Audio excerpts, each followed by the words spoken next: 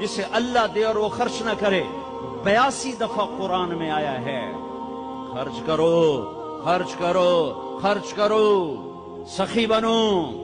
اللہ کی سخی سے دوستی ٹوٹتی نہیں اور کنجوس کے ساتھ دوستی لگتی نہیں.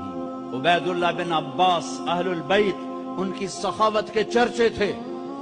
کسی نے پوچھا آپ نے اپنے سے بڑا سخی بھی دیکھا ہے؟ کہنے لگے ہاں دیکھا ہے.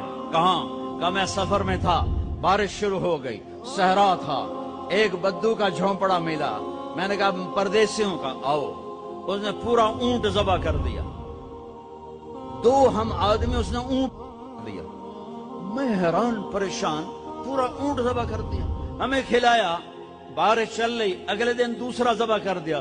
اور میں کہ حالی تک کل اللہ اتنا گوشت پہ ہے تے اے کیوں کیتی جانا ہے؟ میں پرانے نو کدی بیا گوشت نہیں کھوایا تازہ.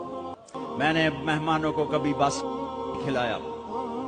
تیسرا دن آیا، بارش تھی، تیسرا اونٹ ذبح کر دیا. کہ میں 7 دن بارش ہوتی رہی، میں وہاں پھنسا رہا، روزانہ نیا اونٹ ذبح کر کے مجھے کھلاتا رہا. انہیں کتنا کھاونا ہے؟ 1 سیر 2 سیر. کہ بس یہ ہم سکھا لیں گے. میرا مہمان باسی روٹی نہیں کبھی کھایا کرتا. کہ وہ مجھ سے بھی بڑا سخی تھا. حاتم تائی سے کسی نے پوچھا اپنے سے بڑا سخی دیکھا؟ کہاں دیکھا ہے. ایک رات سفر میں تھا، رات ہوئی، ایک نوجوان بدو کے گھر اترے. اس نے بکرا ذبح کیا اور اس کا گوشت بنایا، اس کی سری لایا تو میرے منہ سے نکلا سری بڑی بڑھیا بنی ہوئی ہے.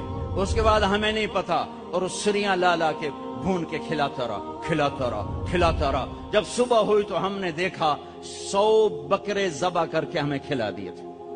کل کائنات اس کی 100 بکرے تھے. میں کہا ایک ہی کی تھی. پرانے دا شوق تو پورا کرنا ہے نا. تو کہنے لگے حاتم تائی، میں نے کہا اس کو 100 اونٹ انعام دے دیے جائیں. حاتم تائی کے پاس 100 اونٹ دینا کوئی بڑی گل نہیں، لیکن ایک غریب آدمی کا 100 بکرے ذبح کر دینا، ساری کائنات ذبح کر دی اس نے. اور ابھی تو اسلام بھی نہیں آیا تھا اور یہ سخاوت تھی. ارے تم تو مسلمان ہو پھر بخیل ہو، رب العالمین کہتے ہو پھر پیسہ نہیں خرچ